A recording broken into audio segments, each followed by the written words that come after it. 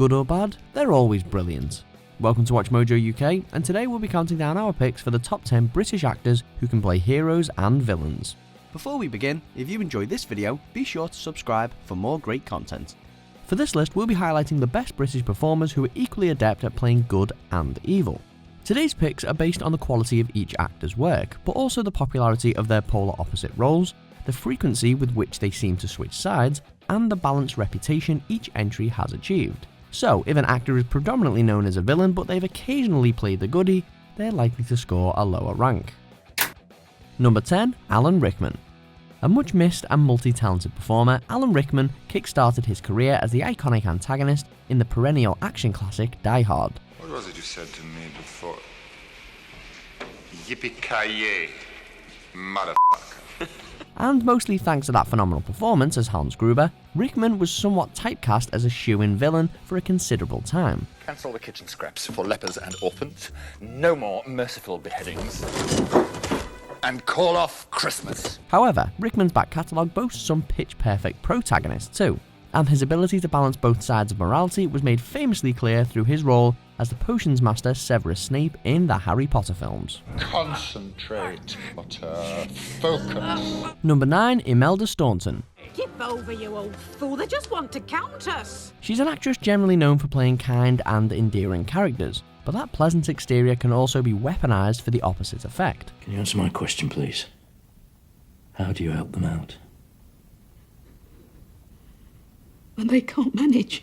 Staunton's Oscar-nominated performance as the kind-hearted, if controversial, title character in Vera Drake remains one of her best remembered roles, but she's arguably best recognised by mainstream movie audiences for playing Dolores Umbridge in Harry Potter. Study hard and you will be rewarded.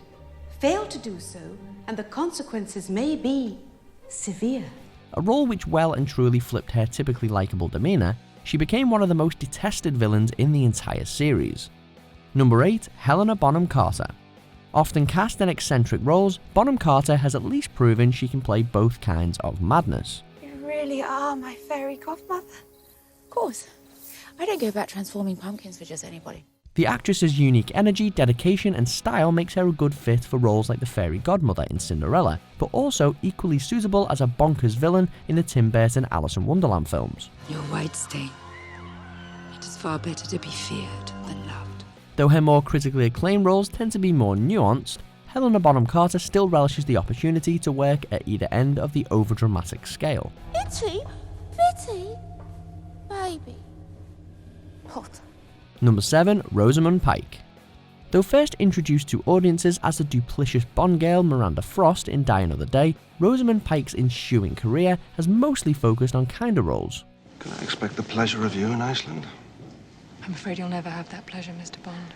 After period pieces such as Pride and Prejudice and action roles in movies like Wrath of the Titans, she seemed to be trending a hero's trail. I'm sorry that you think being human is not enough, but we humans hope when there's no hope.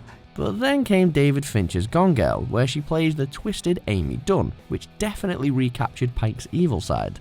The change of direction was well worth it too, netting her an Oscar nomination. I've killed for you. Who else can say that? You think you'd be happy with a nice Midwestern girl? No way, baby. Number 6. Robert Carlyle. This actor showed both sides of his potential at a very early stage in his career. I'm playing like Paul Newman, by the way. Giving a boy here the turn into a lifetime. As the unstable, alcoholic Begbie in Trainspotting and the down-on-his-luck steelworker Gaz in The Full Monty, Robert Carlyle quickly proved he was not one to be typecast. Ooh, ah, Cantona, I still wear a girly bra. And though he can play one side or the other with apparent ease, he's often at his best when balancing them both at the same time. Kiss my butt. His role as Rumpelstiltskin in Once Upon a Time offers a prime example of the on-again, off-again menace he's capable of. Number 5. Gary Oldman. Considered one of the greatest chameleon actors of his generation, Gary Oldman's acting range seems to have scaled good, evil, and everything else in between. We've all got both light and dark inside us. What matters is the part we choose to act on. Though contemporary audiences will most likely be familiar with him as a good guy ally to both The Boy Who Lived and The Caped Crusader, the actor's early career is crammed with colourful villain roles in films like True Romance and The Fifth Element. I know I'm pretty. but I ain't as pretty as a couple of titties. And let's not forget his Oscar-winning turn as wartime leader and British icon Winston Churchill, which further proved his unrivaled versatility. Question I now put to you. Where should we be at the end of all that? Number 4, Mark Strong. He's marked down by many as a blatant baddie, but Mark Strong has consistently proven he can be anything but. Yes, he's played cold-blooded nemesis in the likes of Kick-Ass and Sherlock Holmes, but he's since flipped that perception several times. We will remake the world. Create the future. Most notably, his role as Merlin in the Kingsman franchise has shown he has a lighter side, whilst his wider film work has often highlighted how Strong can nail a genuinely noble character. Is that it? I suppose that must be upper-class humour. In fact, his bad guy stereotype usually adds extra emotional intensity to his more admirable characters. Number 3, David Tennant. Widely recognised as the 10th Doctor in the BBC's seminal sci-fi series, Tennant has worked on both sides of the character spectrum, both before and after his most famous role. I'm the winner. That's who I am. The Time Lord victorious.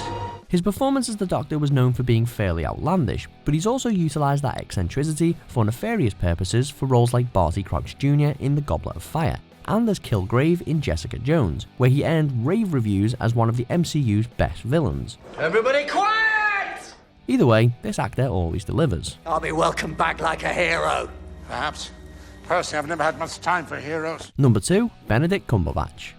This Sherlock star could quite easily have become typecast on either side of the good-bad divide, but he has impressively balanced his allegiances throughout his entire career. Cumberbatch is famed for his leading man roles as the inimitable Baker Street Detective or as a Sorcerer Supreme in the Marvel Universe, but he's also widely regarded for villainous turns in the fantasy world of Middle-earth and the far-flung adventures of the USS Enterprise. My name is Khan. Another chameleonic performer, a Cumberbatch character can keep you guessing until the very end. It is Doctor Strange, not Master Strange, not Mr. Strange. Doctor Strange. Number 1, Ian McKellen. As arguably the most distinguished performer on today's list, Sir Ian has shown his skill in becoming both heroes and villains since his days at the Royal Shakespeare Company. And therefore, since I cannot prove a lover, I'm determined to prove a villain. But he portrayed his two most memorable movie roles simultaneously at the beginning of the 21st century. You shall not pass! Playing the noble wizard Gandalf in The Lord of the Rings and the mutant terrorist Magneto in X-Men, McKellen majestically captured our imaginations with completely opposite characters. Whether kind and courageous or rugged and twisted, he's the ultimate example of acting adaptability. You'll have to kill me, Charles. And what will that accomplish? Let them pass that law and they'll have you in chains with a number burned into your forehead. Do you agree with our picks? Check out these other great clips from WatchMojo UK and subscribe for more great content.